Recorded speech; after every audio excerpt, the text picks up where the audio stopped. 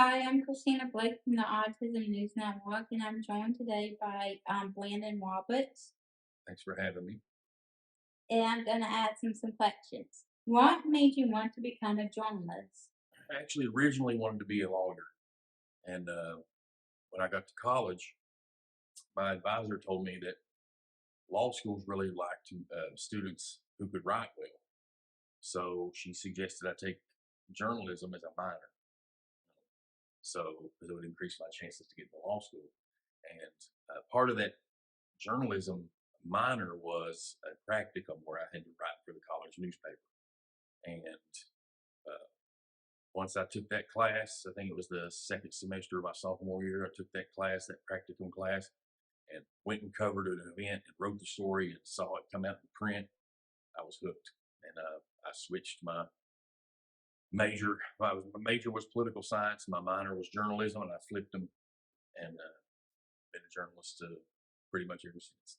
Sounds very interesting. What kind of awards have you received? Well, as a journalist, I've received several. I won one up in Ohio for when I worked up there for headline writing. One of my papers, another one in Ohio actually had, because I'm from Kentucky originally, but close to Ohio, So I had a couple jobs up there, but I won one for general excellence. I won one for uh, best best spot photo, which is one of those that one of those photos that just kind of happens.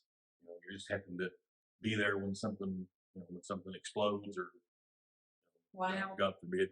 Um, and then as I did a little stint in PR, and I won some awards, several awards back in Kentucky for that as well. Won about 4 journalism awards. That's awesome. Thank you. What has been your favorite story to write and why? All right, I get asked that a lot, and it's I wrote a story about a homeless man who was living in a field, but a very visible field, a lot of traffic, and I just went and talked to him, found out how he ended up in the field, what was going on with him. And that was my favorite story ever written. And why it was is the community after that came out in the paper, they just rallied around this man. They brought him food, they gave him money. He wasn't one of these. He wasn't a panhandler. He was just in a really bad spot. So he ended up getting a job at a place to live, volunteering at the food pantry there locally and everything. So kind of turned his life around. And I feel like, other than the fact he was living in that field, they weren't even noticed him. So that's been my favorite. That's a great turnaround. It was. Didn't win any awards, but personally, the gratification was incredible. Cool. What is the most interesting story that you have covered? I covered a story about an amputee who had basically developed his own version of a prosthetic leg. He was 17.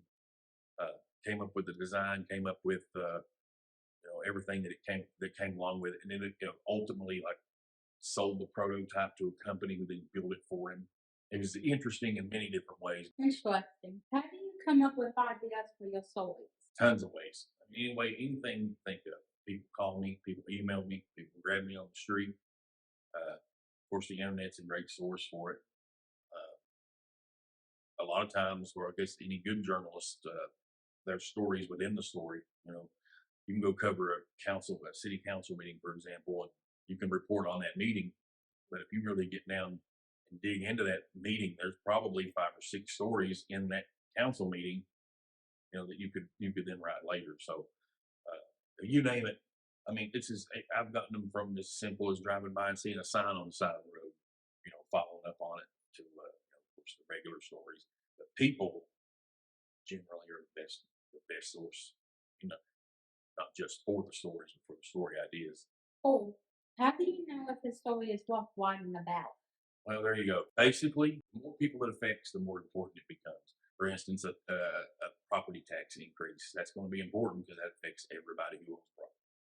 A sales tax increase, that affects anybody who goes and spends $1. So that's going to stuff like that. But anything with government decisions, infrastructure, roads and bridges and things like that, all that stuff's always going to be important because it affects so many people. If you drive, or if someone drives you around, bridges and roads, and traffic, and all that stuff. So, that's important. Also, if you think it's interesting, then you tend to think that your readers think it's interesting.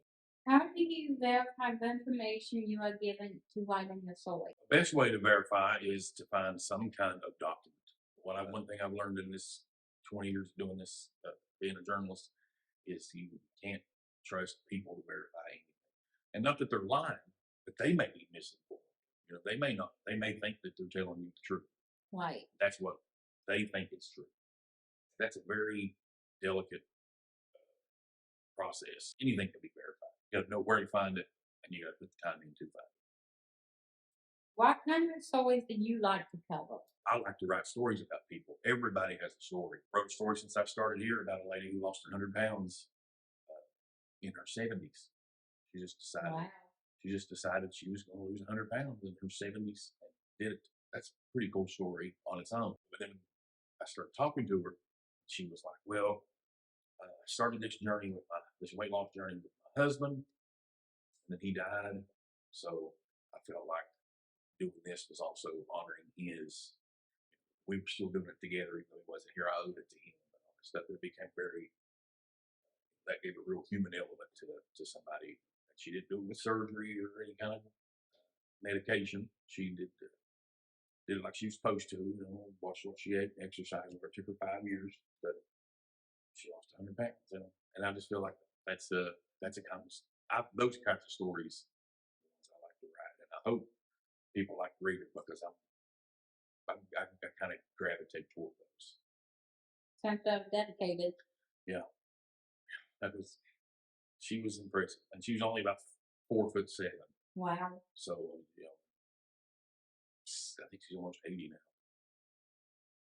Have you ever faced any danger while covering a story? Oh yeah, I covered flood recovery in Kentucky when we had the floods about this time last year, and there was an issue with roads that had washed away.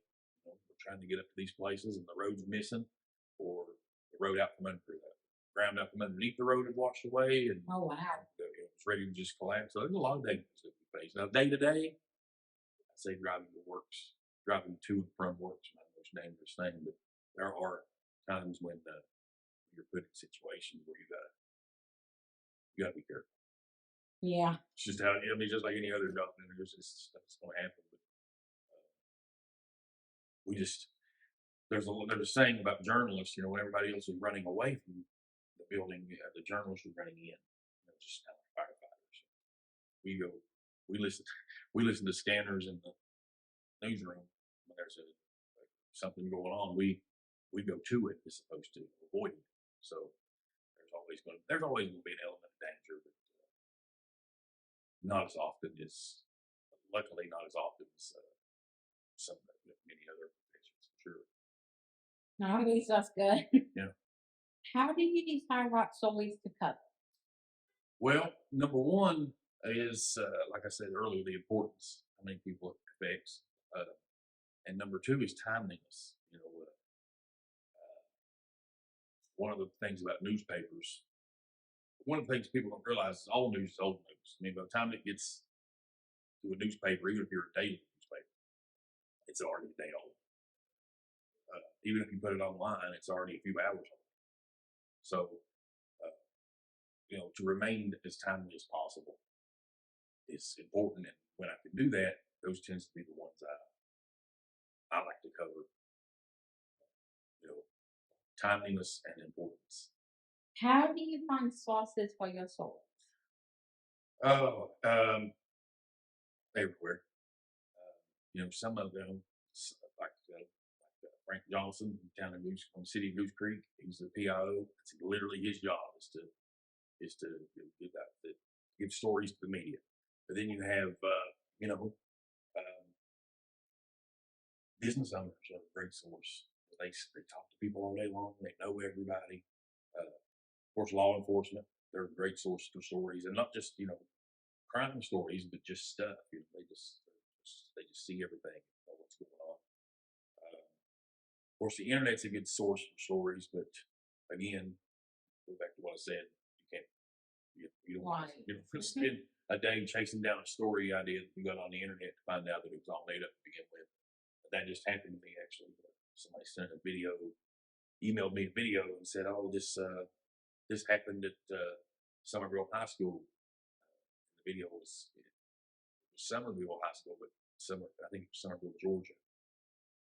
So instead of wasting time calling the school and calling all these people trying to figure it out, all you had to do was pay attention to the video, realizing that wearing Summerville colors.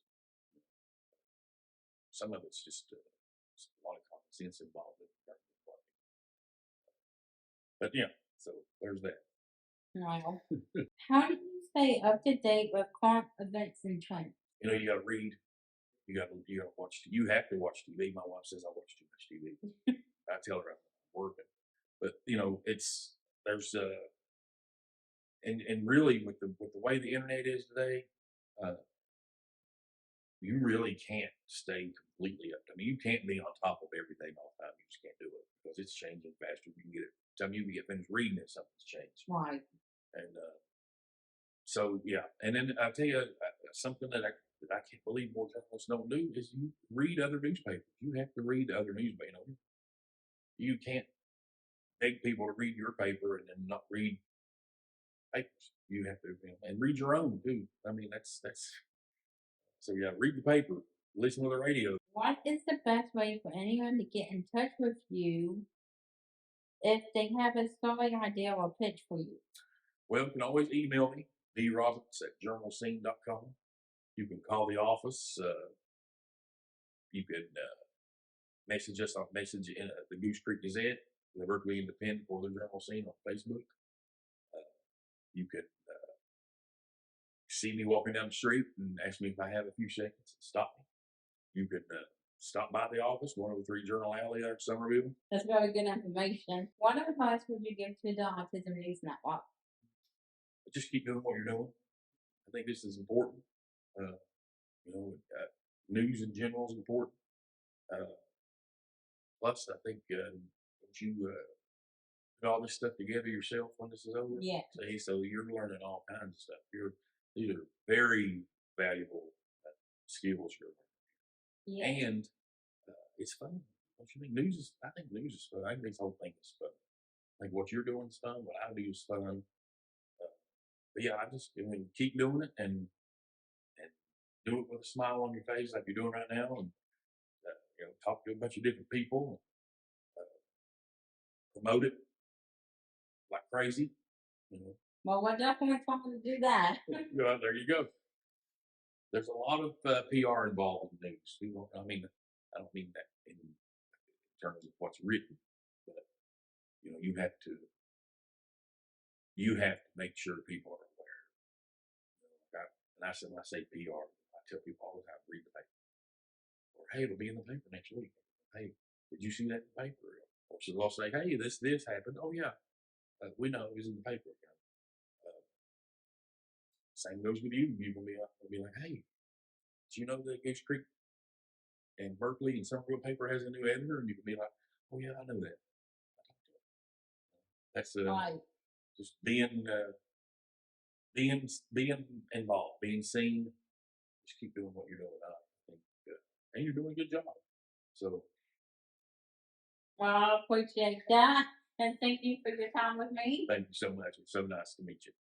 This is Kristina Blake from the Autism News Network. I was joined by Brandon Roberts. Thank you for watching.